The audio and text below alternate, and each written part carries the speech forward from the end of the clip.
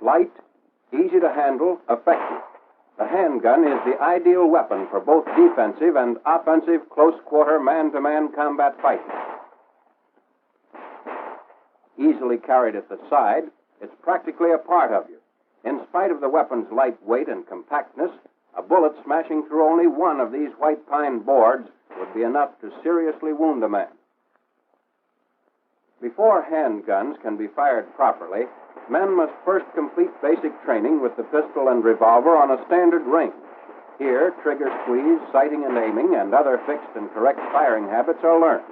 This basic training, however, doesn't prepare a man to get the most out of his weapon in combat. For here on the range, he's firing under ideal conditions at stationary targets.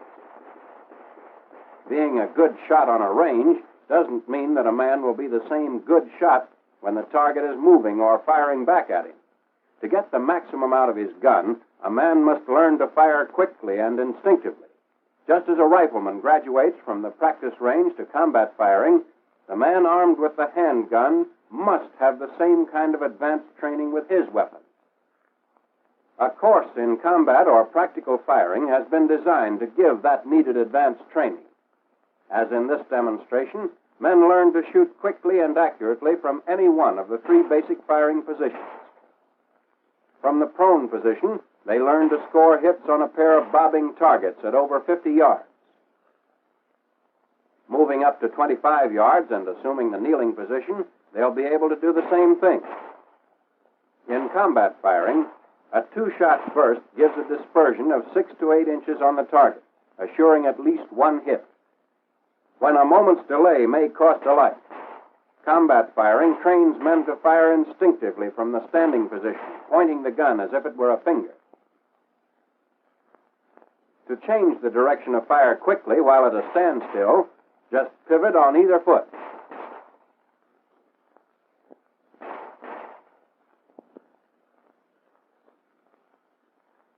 When moving forward, it may become necessary to change direction and fire from a walk if the target suddenly appears on the flank. This is combat firing, quick, automatic, and accurate. Now let's follow a small group of men who've just finished basic training with the pistol as they're taken through a course in combat firing. Safety precautions apply here too. The first thing you always do is inspect and clear your piece. When that's been done, you're ready to proceed. One of the most important things in combat firing is the correct grip on the gun stock. So we'll take that up first. Fit the pistol in the crotch of the hand and take a firm, tight grip on the weapon. The barrel should be in direct alignment with the forearm. So if you pointed your finger instead of the gun, it would be right on the target.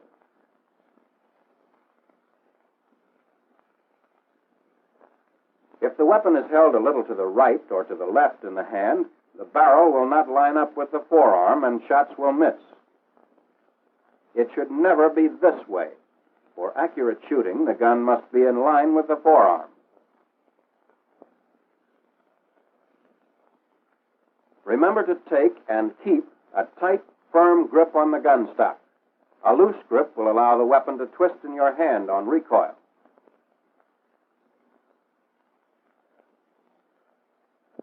Keep practicing this rigid grip until it's done automatically. That's the way you'll have to do it when it really counts. Your use of handguns probably won't be limited to the pistol. Let's have a look at one of the revolvers used by the Army. The revolver is a natural pointing gun. When placed in the hand, it is directly on the target.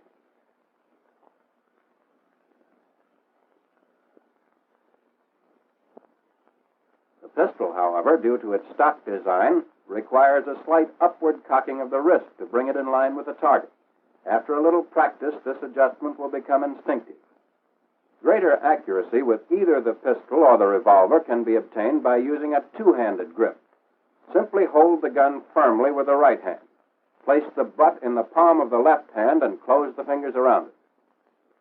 The two-handed grip can also be reversed for left-handed shooters.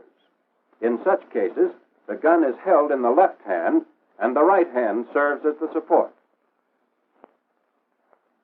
The two-handed grip is used in both the prone and kneeling positions.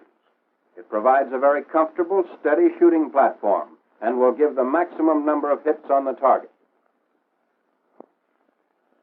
Now let's watch these men as they practice. The mistakes they make are natural, and you can profit by their errors.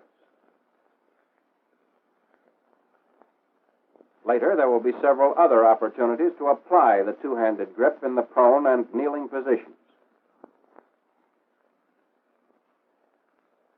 After the one- and two-handed grips have been mastered, the group is introduced to the three basic firing positions.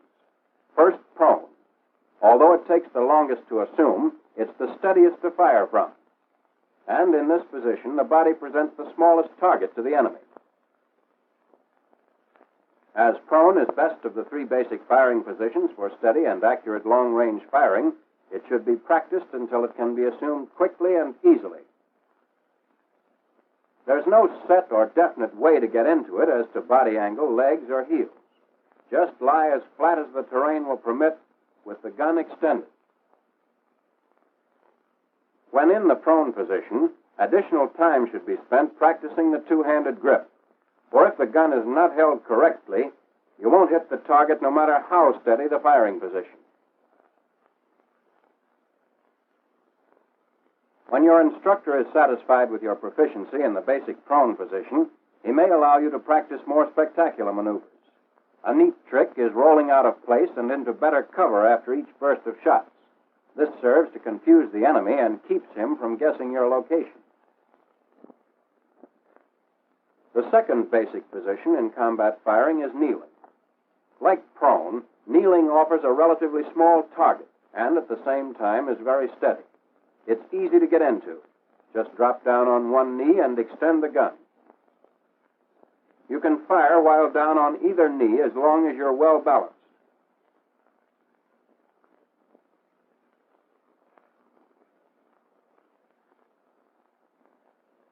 With practice, and remembering to use a tight, firm, two-handed grip, you'll soon be able to throw your shots right where you want them.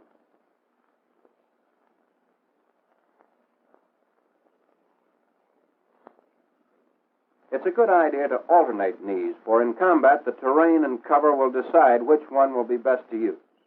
Learn every movement so it can be done smoothly and promptly without having to think about it. Now for the standing or point firing position. Place the feet in a natural position, ready to move in any direction. Face the target, knees flexed, with the trunk bent slightly forward in a crouch. Hold the arm straight, with the wrist and elbow locked. Then, using the shoulder as a pivot point, raise the gun to eye level. In the point firing position, do not use the gun sight. Fire instinctively, point blank, in the general direction of the target. When not actually firing, the gun should be carried in the ready position, slightly extended and centered between the knees at about a 45-degree angle from the body. Raised pistol, the position taught in basic training, may affect accuracy when combat firing. As the gun is pushed forward and the arm reaches full extension, the force of the shove causes the wrist to snap and the muzzle of the gun drops. Shooting from the hip may look good, but it isn't practical for combat. The main reason is that you can't see whether your gun is on the target in that position. Then, too, if you lock your elbow to form a 90-degree angle between the forearm and the upper arm, you're off balance when you shoot at high targets.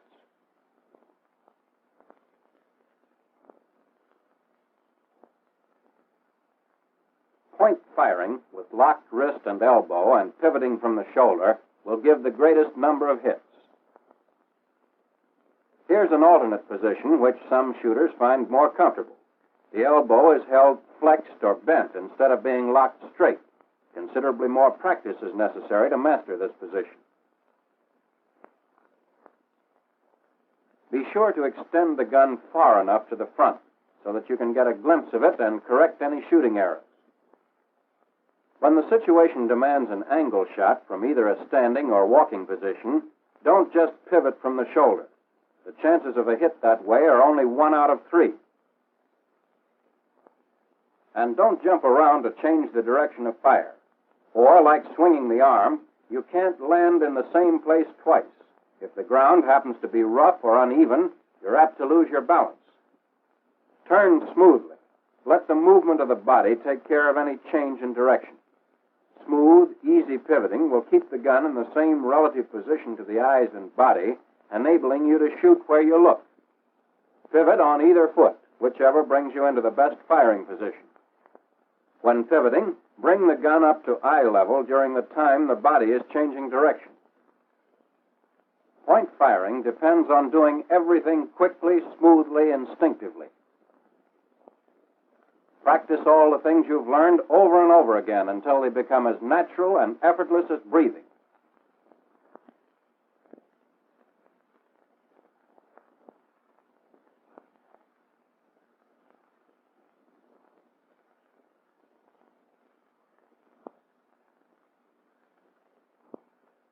Now let's see how these same men will do with live ammunition. Remember that these are the first rounds they've fired since completing the basic firing course. In order that hits may be more easily seen, tracer ammunition is being used.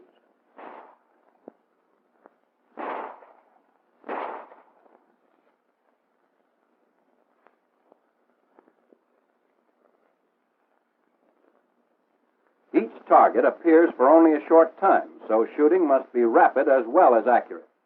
A burst of 2 shots assures at least 1 hit.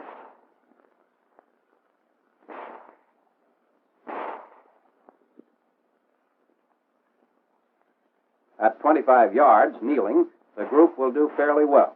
Of course, some of the men will make natural mistakes, but misses are not far off the mark. Minor corrections will put these men right on the target in a short time.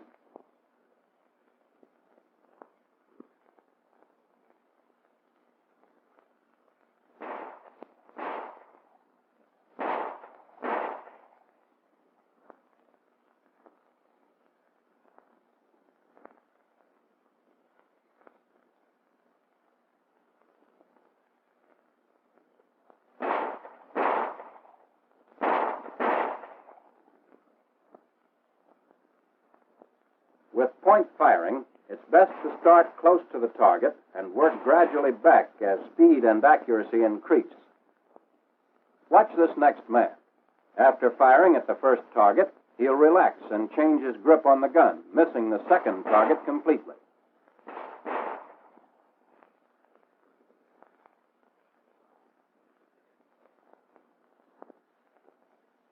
Here's a man who doesn't have his gun lined up with his arm and isn't shooting where he's pointing.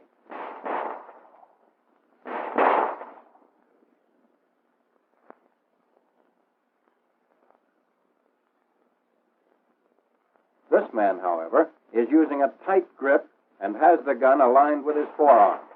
Result, hits.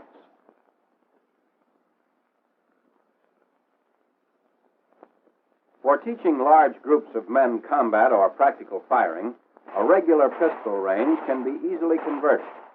The main requirements are a firing line at 50 yards and replacing the conventional bullseye targets with 2 bobbing targets placed 8 feet apart for each firing point.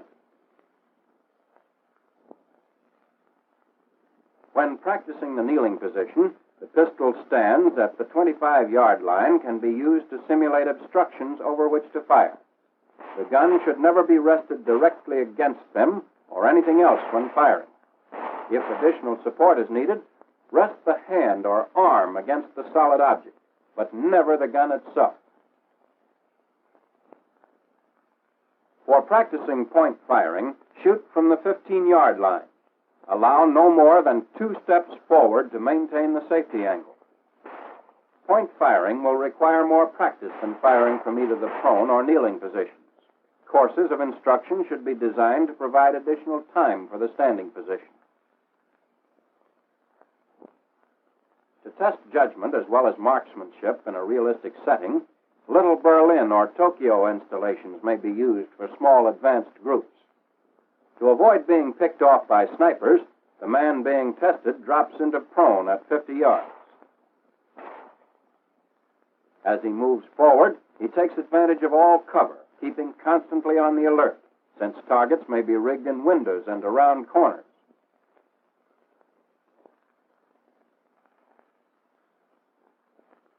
At 25 yards, the situation calls for the kneeling position. Ahead in the open, only point firing will be possible.